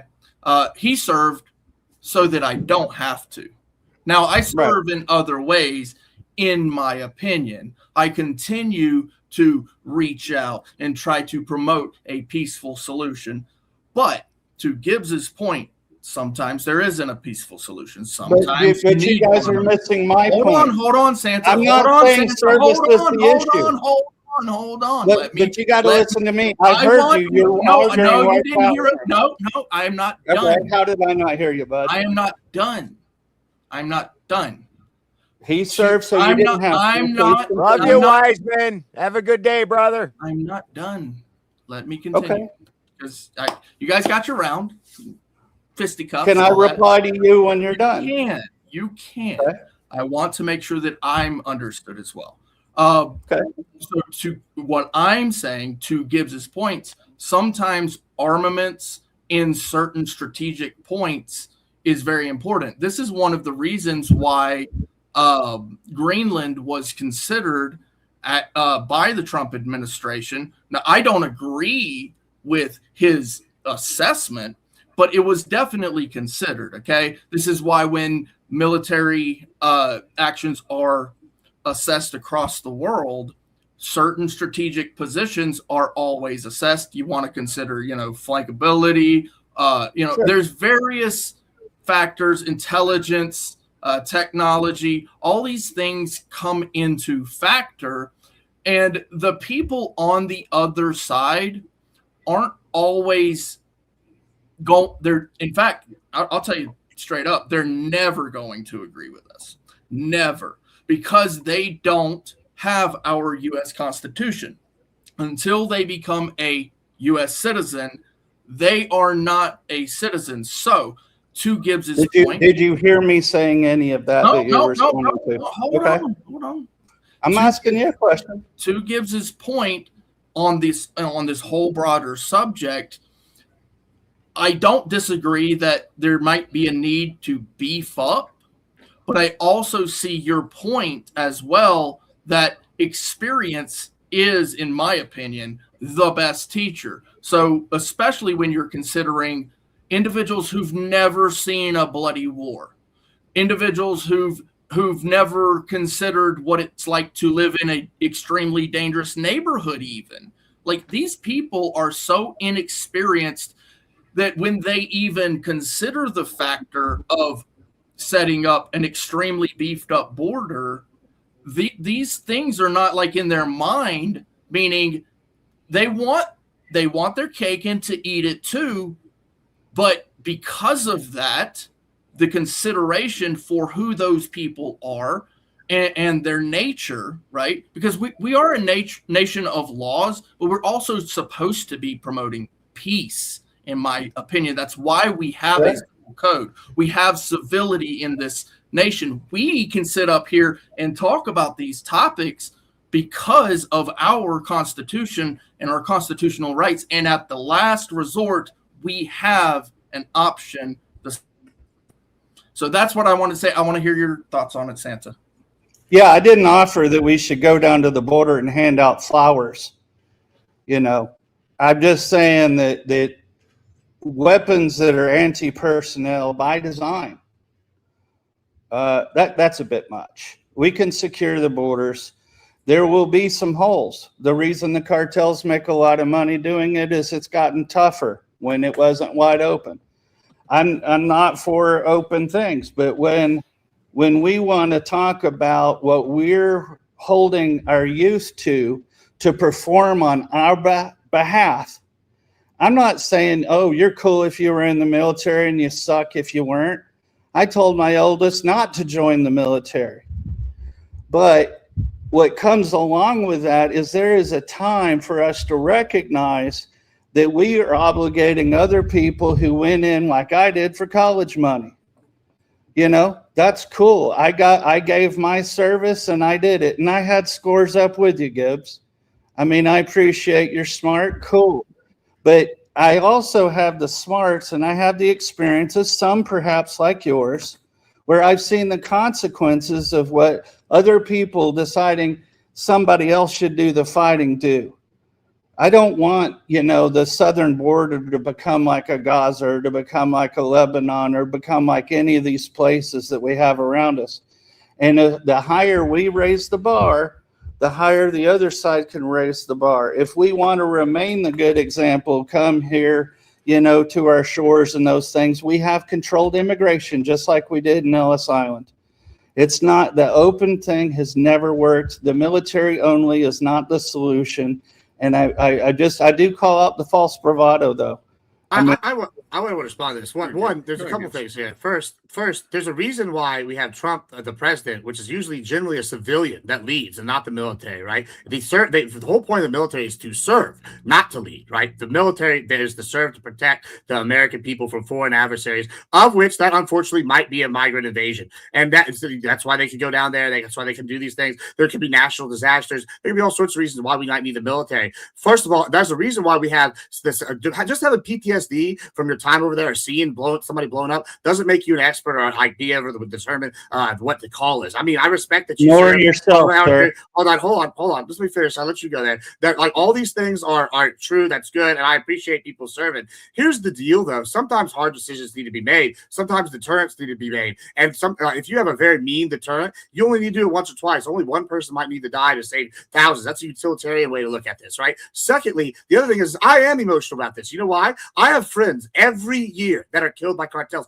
Last year, one of my closest friends, she got raped to death by a man in front of her daughter, and by a cartel member. That could have been stopped and had been released. And so guess what? He could have been stopped at the border. And I have had friends die my whole life. Every year, probably about 2 or 3 die because of cartel violence or illegal immigration, as well as had my ranch destroyed because by people coming in, coyotes. So when you're sitting here saying, oh, well, hey, you don't need to determine. Sorry, bro. When I go and stumble in with my homegirl sister to find someone dying and bleeding out of their uterus to death, yeah, I am going to say that I think it's time that we have some harsh measures on the fucking border to stop these people. Yeah, a drone. Maybe. Okay. I'm sorry. It sounds tough, but we need to sit here and start hitting these tunnels. We need to start hitting these cartels. We need to start making it so it's so dangerous for people to come here illegally. The only way is to come here legally, and that's going to save lives all around. Because I don't want more sex. Nobody advocated to not go after the coyotes and the cartels. Right. Nobody advocated. You pretend. And I understand because you're used to fighting TikTok leftists, so you got to be crazy. You got to be crazy from your side. I'm new to the TikTok. You got to be crazy, hyperbolic, you know, or whatever. I'm not being hyperbolic at all. I'm saying we would only need one drone strike. One group of people. You got to be crazy, hyperbolic. No. If you drone strike one group of people, they'll never come again. They'll never do it again. You talked a lot. Let me fucking talk. Sure. I mean, I'm not being hyperbolic though. I mean what I'm saying. Are you still just going to keep talking? Well, just don't put words in my mouth. Get it the fuck out your system. Apparently, okay. To be clear, I'm not being hyperbolic. I think fucking hyperbolic. I'm saying if we blow one group of people off, if you blow up one group of people, they'll never come in. Stop talking. You're using emotion to try and make your point when you can't make an actual functional point. It doesn't sound like something coming out of somebody absolutely batshit crazy. Listen, it's a functional point. Are you arguing that deterrence doesn't work? No. Okay. I'm arguing that shooting non-military people who are just trying to get a job and making a kill zone is absolutely batshit crazy. Okay, let me ask you a question. No decent human should be about in. How do you know they're not? How do you know they're not enemy combatants? We have evidence that we caught several groups of Chinese nationals, many of which we think were spies, sneaking in with cartels out to the United States. Those would be maybe they're not enemy combatants yet, but we're potentially at war with China soon. Let's just say as Democrats' girlfriends. I know how that works. Okay, that's one way, but either way, it's a lot of illegal immigration. Some of them come in straight through the cartels. We catch them all the time. Now, what happens if they slowly over time sneak enough parts in that way to build a new and then set it off? How many? Okay, my point is, let's just say it's 20 total. Doesn't matter. If you get 20 agents in here and they sneak enough parts in to build a dirty bomb, how many thousands of Americans are deserve to die because we couldn't make the hard decision and secure the border secure enough and dangerous enough? If you stop this, they'll stop doing it that way and try to do it a different way. The whole point is to save lives. I'm tired of seeing people sex trafficked every weekend. I'm tired of seeing people die in fucking trailers all the time. I'm tired of seeing people die. I heard your emotional appeal. I heard it. I mean, you've got more friends. You're what, 40? You have got more fucking friends. You've had more friends than I've ever fucking heard of. I mean, I go out a lot. Friends for a fucking adult. That's insane. I got and yet not only do you have 120 friends, you had 120 that died. You've still got friends left, I assume, which I would not want to be your friend. I mean, my high school was several thousand. Apparently, if you have 3 friends get violently murdered every year, then including raped to death. Yeah, that was really bad. Certainly don't want to hang out with you. Never do I want to have a fucking beer with you. Don't ever come near me. Okay, that's cool. I mean, I'm just telling you, this is bad. It's bad down here, and y'all act like it's not happening. That statistic. I lived in Arizona and California. Also, cool. I mean, that's bad down here. And it would maybe seem like you're lying just a wee bit to try to make your point. I mean, I post these stories every day. An emotional appeal that is wild, and then you talk as much as you can to fill the space. I mean, here's the deal, though. I don't have to just give anecdotes. I post the stories all the time, and I have they're in my Discord for anybody that's got questions. Like, you can see the actual proof of all the things I'm saying. Like, this is the problem. Is y'all want to pass this off as anecdotal or emotional? These are real things. Articles you read or your friends? Or you got some kind of fucking super autism or something? This was my friend. I read a story. Not what I'm talking about at all. That's very bad faith. I mean, do you want to give you the death certificate? Would you like the funeral flyer? Would you like the barbecue plate that I bought to support their funeral? Like what part is the? I would like to know how you've had 100. How you've had 3 friends a year die. Can I I mean, obviously, probably not before 8 or 10, but then we can go from there. Let's go with 25 years. That's still 75 people. That's not that uncommon, especially if you go outside and talk to people on a regular basis. Most people I know don't have 20 friends after. Well, I mean, sounds like most of your people that you know are fucking losers. Okay, guys. That's saying from a guy that's gonna murk fucking people that don't even have guns and are innocent. And how do you know that? How do you know what they are? We don't know what they are. I mean, you can call me a loser all you fucking. I'm not calling you. Just all right. Let me tell you what. Stop for a second, guys. Stop for a second, guys. So, here's the thing. On the broader spectrum of what Gibbs is talking about, I do actually agree. That the border does need to be beefed up. I don't necessarily agree with the idea of drone strikes. Maybe there's a better solution, but even just proposing the possibility of some beef down there, or I should say, or up there, or over there on either direction, maybe yes. But I don't necessarily agree with drone strikes. My concern isn't necessarily even combatants coming in. It's not the individual asylum seekers or immigrants, non-documented or documented or whatever. I'm not even worried about them as much as I am American citizens who decide one day that they just want to take a stroll down there because that's the area where they're from. That is my main concern in this. So I don't necessarily agree with that kind of beef. I do want to hear, because I know we haven't heard from For the Win on this particular subject matter, For the Win, and then Mr. Donald J. Trump. I'm assuming, I think I know who that is, but Mr. For the Win, go ahead, please. Oh, I know who it is. I bet. Well, I mean, so far hasn't the border worked since Trump's came in? We've had 0 people come in. So, I mean, so far so good. You know, in terms of drone striking, yeah, that sounds a little crazy, but at the same time, it sends a message. You know, I do agree that there should be some beefing up with that security and that the people need to stop because that's what's feeding all these cartels. But at the same time, you take out the cartels, you don't have anyone to traffic people with either. So you can solve a lot of different problems altogether. And, you know, as time goes on with everything. So, you know, I mean, I'm more focused now, like the southern border's secure. What about the northern border? Mm-hmm. Correct. You know, we don't hear anything about that, but what we do know is that where the September 11th hijackers came from is the northern border. Really? Yeah, like Border Patrol has that 100-mile radius from any point of entry ultimately on the United States right now. So they're monitoring this from space. They know everything of who's coming in, who's coming out. I'm pretty sure about. Like, I'm not really worried about stuff like that right now. Like, we have some of the most advanced tech in the world. I'm not really worried about it right now, but we have a lot of problems to clean up, and, you know, this we have a pretty good, you know, pin in the hat with right now. So right. And I know that they just got a nice chunk of funding for this this particular thing as well. Mr. Donald J. Trump, Mocha 2028. Do you have any thoughts to anything that we've been talking about, or even possibly more specifically exactly what we're talking about? Well, first off, thank you very much for giving me the floor. I'd like to start with the fact that Boulderson doesn't know what he's talking about because he only buys alpaca manuscripts and not rabbit manuscripts. You got to buy the rabbit manuscripts. You got to buy them, otherwise you can't understand it. Second of all, bomb them all. Bomb them to hell, go home, eat some pussy, and cure your depression. Then you'll feel better about yourself by the time you turn on the TV. Thank you for your attention to this matter. Interesting take, sir. Yeah. Why don't you get back to work? Don't you have a job to do? Okay. So I'm glad that we've had this conversation. This is actually, you know, it's immigration, right? So it is always going to be a hot topic. The H-1Bs, you know, that's kind of the focus, I think, here is to, you know, answer the question.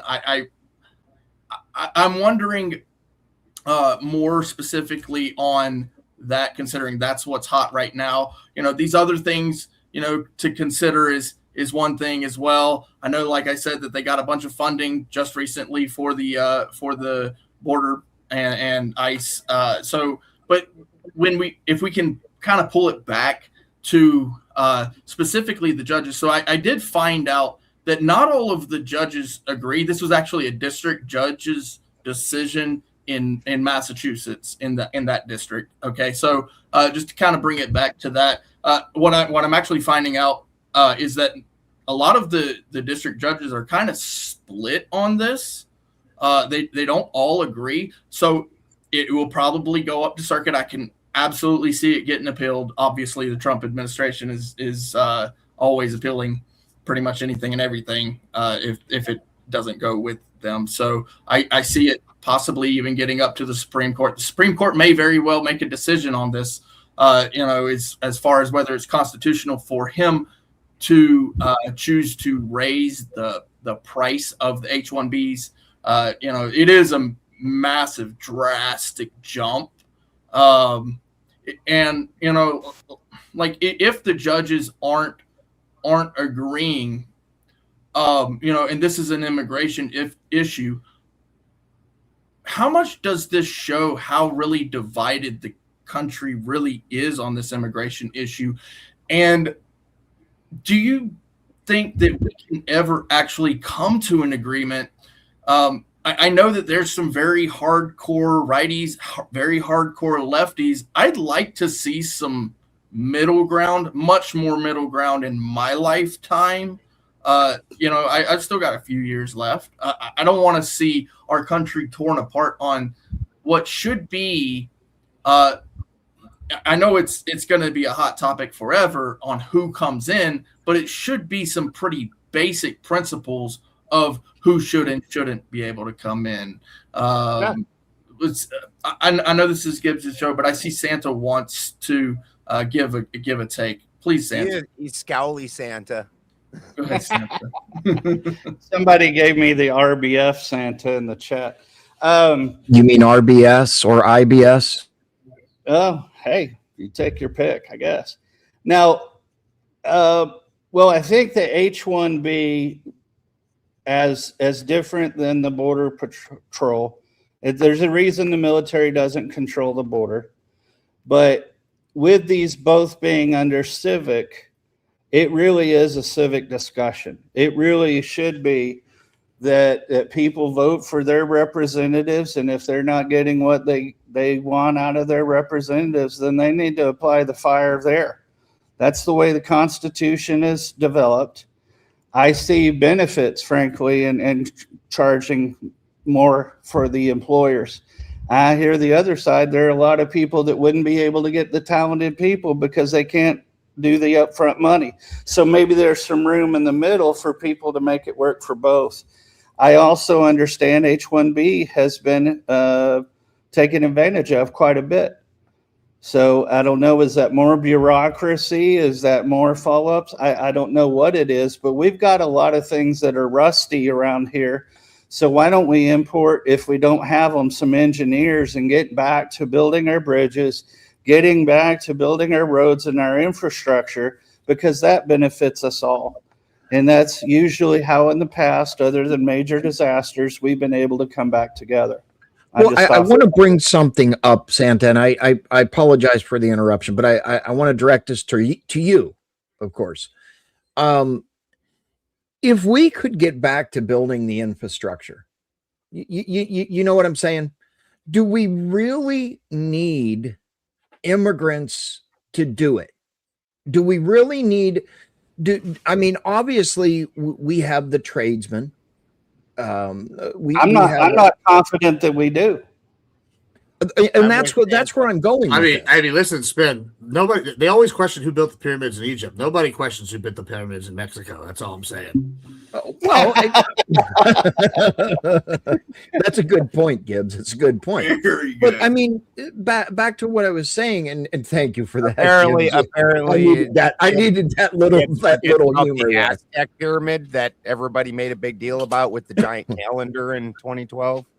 We forget about that one. Yeah, The Mayan calendar. The Mayan one, yeah. The Mayan one. That's what I'm saying. Do we really need Santa immigrants to build these roads? And like I said, I mean, now mind you, we have the tradesmen, we have the technology, or we think we have the tradesmen and the technology.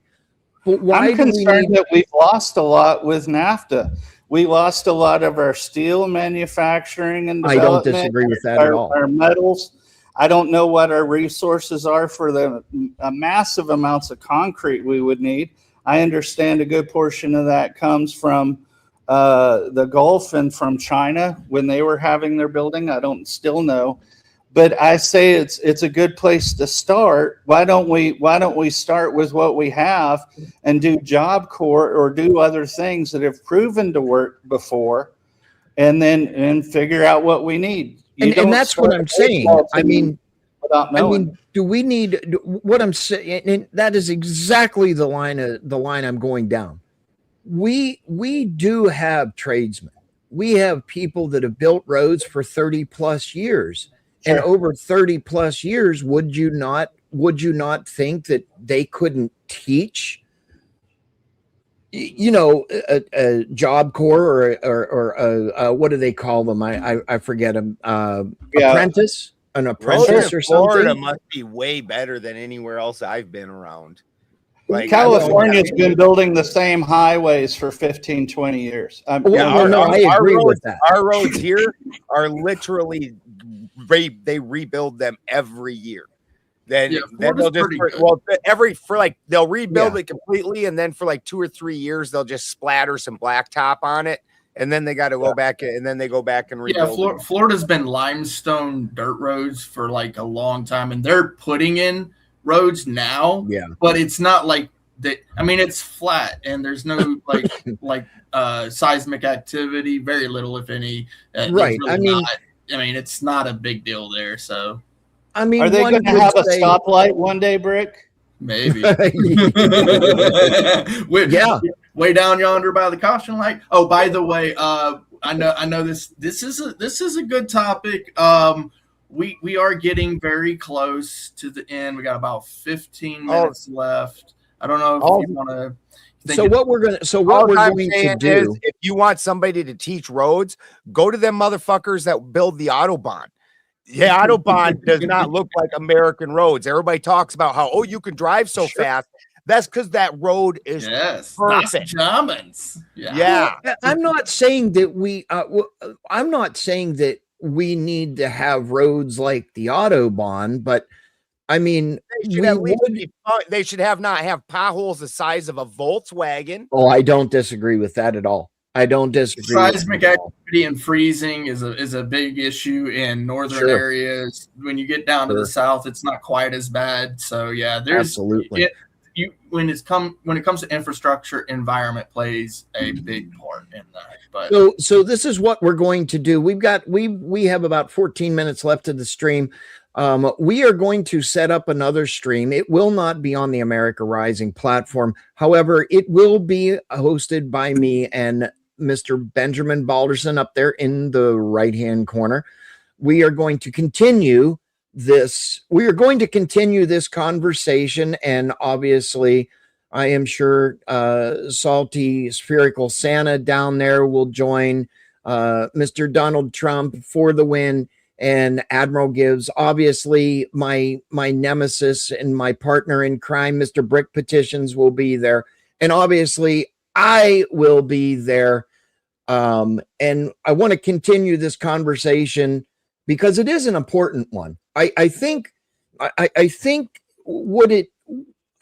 topic, it's going to be along the same lines of this, but I think it's, do we need immigrants to build American infrastructure? I think that's going to be the winner of the night. It is going to start around 11 to maybe 11:30, Ben. I think 11 will do it. Time, yeah. Or 11:30 my time. So that's 11:30 Eastern time. I gotta go outside and get some fucking work done now that the sun is not. Sure, absolutely. And Salty Santa, I'm sure you will get your work done so you could join this conversation. Yeah, I'm going to go in the back 40 and do all that since Admiral Gibbs told him to say I was too. Debate's over. The debate's over. And you know, there is my Resident Evil streamy school of thought. Hello, Miss School of Thought. We have like 12 minutes left. I was just letting everybody know that we are going to have another stream at 11:30 tonight. Eastern time. So that would be 10:30. And I know Miss Nova Star will be there. Definitely with her little elf bells and the elf in the background over there on Santa's stream. I'm sure she will be around for some good, enjoyable, laughable content. I will be. So, we're going to give final thoughts. Mr. Gibbs is our guest. We always give priority to our guest.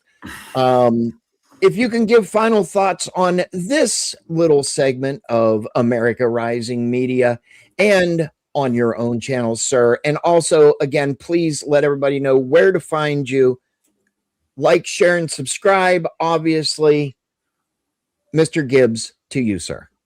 Yeah, I love America. Thanks to all the people who served. Y'all are fantastic. No, I didn't serve in the military. I did work for the State Department, but that's okay. I don't need to serve to be able to tell you the prescription for what's going to cure our ills. And what's going to cure our ills is some tough pills. And the tough pill is we got to start being meaner. It's about time we start hitting them with the stick. We've been hitting everybody with the carrot, and now it's time to hit it with the stick. You know, and I'm not talking about walking softly no more either. We got a WWE wrestler for a president, and guess what? It's time to start being loud and walk with a big stick. And that's how we're going to get shit done around here. And if people don't like it, I got 2 words for it.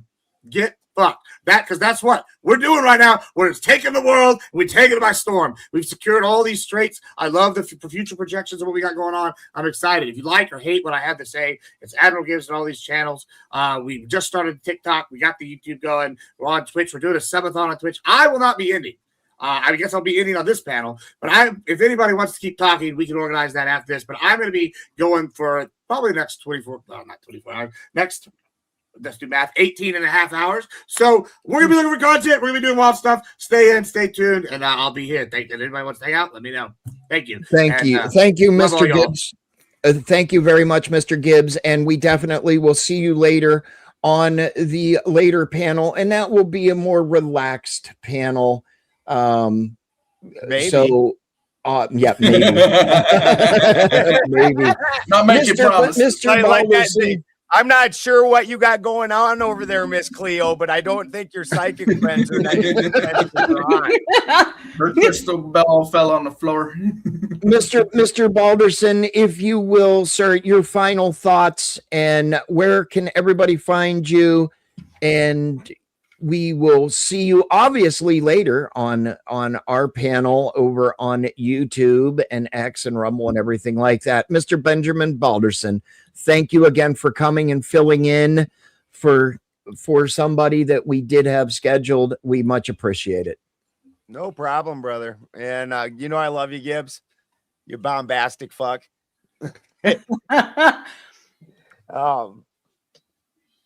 I'm not an advocate for completely open borders. Also, I've spent substantial time staying with immigrants, especially South American ones, and most of them I find much more preferable to hanging out with Americans. I'm not gonna lie. Freaking, they are not entitled people. They're not the ones that are down there having the freaking riots. Go down there at the LA riots. There's no illegal immigrants at them riots. They're hiding and working somewhere, actually doing work. Like these are, which again isn't me saying in any way, shape, or form blow open the borders and just let them come. That's a horrible prescription also. But there's a decent middle ground where we actively go after cartels, actively go after things like that. And while we try to curtail the other ones, we don't do it certainly we don't go killing them and set up a kill zone. That's just, I understand Gibbs is trying to get attention but wow, that's just wild. Like this one kid I had, the growers up here left this kid off by himself, and he would come down here and ask us if he could connect to our Starlink, and he'd call his grandma and she'd sing him a little song and he'd cry, and I would leave the house so I didn't see it, and only my wife would sit there, and the little guy would cry, and he was just trying, and he literally he did go, and he's working right now to become an actual citizen, but he was just down here working. I've met a bunch of guys like that, sweet people, hard workers, mostly conservative. So to try and deal with them in an inhumane way, I absolutely can't stomach that either. That's not worth it to me. I'm not going to become the bad guy to stop something is so small. Thank you, Mr. Balderson. I appreciate your final thoughts. Mr. Salty Santa, please keep it a little bit short. I have about 8 minutes.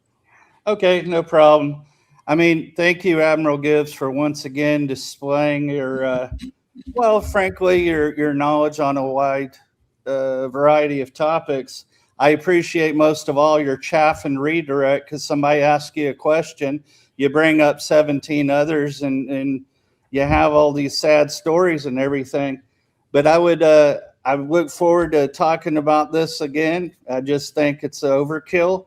However, leaving our borders open is foolish. It is foolish, foolish, foolish. It will be taken advantage of. Thank you, Mr. Santa. Donald J. Trump Mocha 2028. Your final thoughts, Mr. President. First off, I'd like to start off with just making an announcement. Admiral Gibbs, you will be becoming my new border Cesar. You will be scaring all the immigrants away with your very mean and nasty Randy Savage impersonations. They will be terrified. They will run away. They will not want to stay. They will not want to come in. Second off, I've been saying since 1986, they're all China, Russia, all these other countries, they've been taking advantage of us. And now they're coming in through our border to continue taking advantage of us. We must put a stop to it. It's disastrous. It's absolutely horrible. Miss Nova Star over there, she's going to be possibly filing a complaint against me in the court of law. But Yes. these allegations that are coming out of this nasty, horrible woman, they are not true. Stop And grabbing me by the remember, pussy. Yes. buy rabbit manuscripts, not alpaca manuscripts. Thank you. Thank you. Oh, The wise rabbit, one. the rabbit manuscripts they're called the illuminated manuscripts, to be fair. So you got to the give him illuminated that. Script. Oh, God. For the win, your final thoughts, please. I'll keep it short. It's not over with that name coming down. I still think one day that we're going to see that name go up on many, many, many, many places. And it's going to be wonderful and it's going to be glorious. And for all of you guys like Balderson who has TDS up the ass, you guys will be eating a lot of crow too. So enjoy. Awesome. Thank you for the win. Over on Pilled, the scratching has been released. Good luck, everybody. We are going to raid BPSC over on pilled.net. And Miss Nova Star, our scholar and school of thought. Yes. Your final thoughts in your late appearance. My exceptionally late appearance and somewhat vague as to what the hell's going on. I want to just say to all of you gentlemen on panel, I enjoy every single one of you. And Admiral Gibbs, you are a blast. Everyone check him out as the host of Debate Championship Series. Go check him out, like, subscribe, and don't forget to donate to him and Spin City, as we all have overhead costs. I am the teacher of School of Thought. I will be streaming again very, very, very soon. Come check me out. And with that, I'm signing off. Awesome. School of Thought and everybody on the panel, for the exception of Brick and myself, I'm going to drop you in the back. Please stay in the back. We will wait for the intros intro, Jesus, the outro to play through, and we will see you momentarily. I'm going to put everybody in the back. Fuck off. Clay. Another successful one. Yeah, this was nice. We had a little heat, man. We had a little heat, and that's what we need sometimes. We need that little bit of heat. We're working on something big, Clay. Yes, we're working on something really big. Oh my goodness. I am so happy with the outcome here today. I'm really excited for what's coming in the future. Big thanks to Mr. Gibbs and all the rest of the panelists in the chat as well. You guys are awesome. Thank you, Spin, for even bringing me in with these opportunities. I mean, this is great, moving on up. It is a good opportunity. It's a good opportunity to grow yourself too. You obviously want to grow yourself, your channel, and meet new people. Yeah, for that matter, big shout out to Mr. Letzavo as well. Oh yes, please, absolutely. Mr. Brick Petitions, tell everybody where to find you other than the American Rising media platform, sir. Yes, sir. Yes, I appreciate you. You can find me a lot of times on some of these panels. I'll be roaming around every once in a while. Certainly here at the home front, American Rising Media. Doing this show here with Spin, going on Spin's show, Mr. Benjamin Balderson's show. I also do some police accountability, government accountability stuff with Mr. Letzotvo, LETZOTVO at YouTube. So you can find me some of my work there because I work with him. It's actually his channel. He's an older vet who has served his country and continues to serve in the media capacity, as well as you can find me over on Sarah the Raging Tomato, putting out really good questions during her Q&A typically. Then I like to kind of hang out. Sometimes we get a little spurgy over there. It's a lot of fun. But yeah, thank you so much, Spin, and see you guys on the next one. Yeah, we'll see you on the next one. And again, please like, share, subscribe, hit that red pill over on pilled.net, and hit the thumb, don't be a bum, over on Rumble. We will see you later. We love everybody. Patriots, stay safe.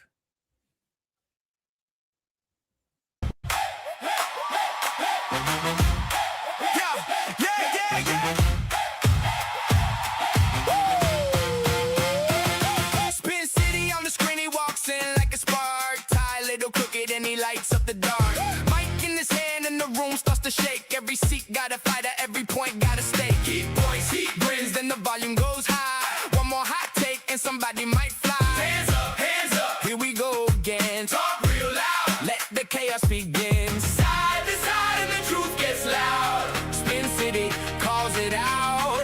Right there in the crowd, the panelists on America. Rising media, the panelists on America. Hey, rising media. Spin City, spin it hard. Yelling at everyone. Spin City, spin it hard. Nobody leaves untouched. He leans in close, then he cuts to the chase. A raised eyebrow hit right across his face. One says yes, one says no in a flash. He turns the heat up like he wants it to clash. A finger in the air and the debate goes wild. Every argument sharp, every answer style. He laughs, he swings, then he hands up the mic. The whole room buzzes like a match in the night. Hands up, here we go again. Talk real loud, let the chaos begin. Side to side and the truth gets loud. Spin City calls it out. Right there in the crowd, the panelists on America. Hey, rising media. The panelists on America. Woo! Rising media. Spin City, spin it hard. Yelling at everyone. Spin City, spin it hard. Nobody leaves untouched.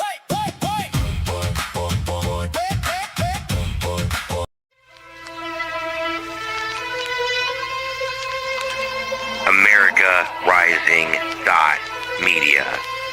Check us out live on the web. All of our show times for all of our exclusive content and shows. You can check out all the ARM channels and all the America Rising Media podcasters.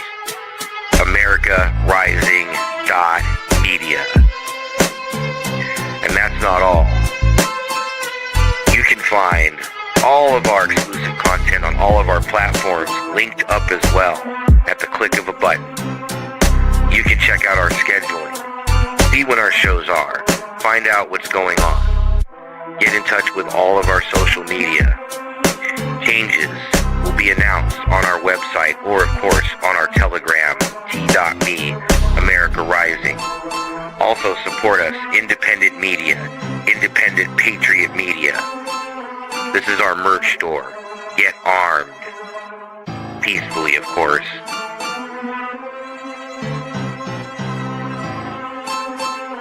Thank you for all of your support. You can also find links to all of our videos, Wicked Age, and all their music, exclusively on our website. Sean's videos, my videos, all the exclusive content, and of course, links directly to pill.net.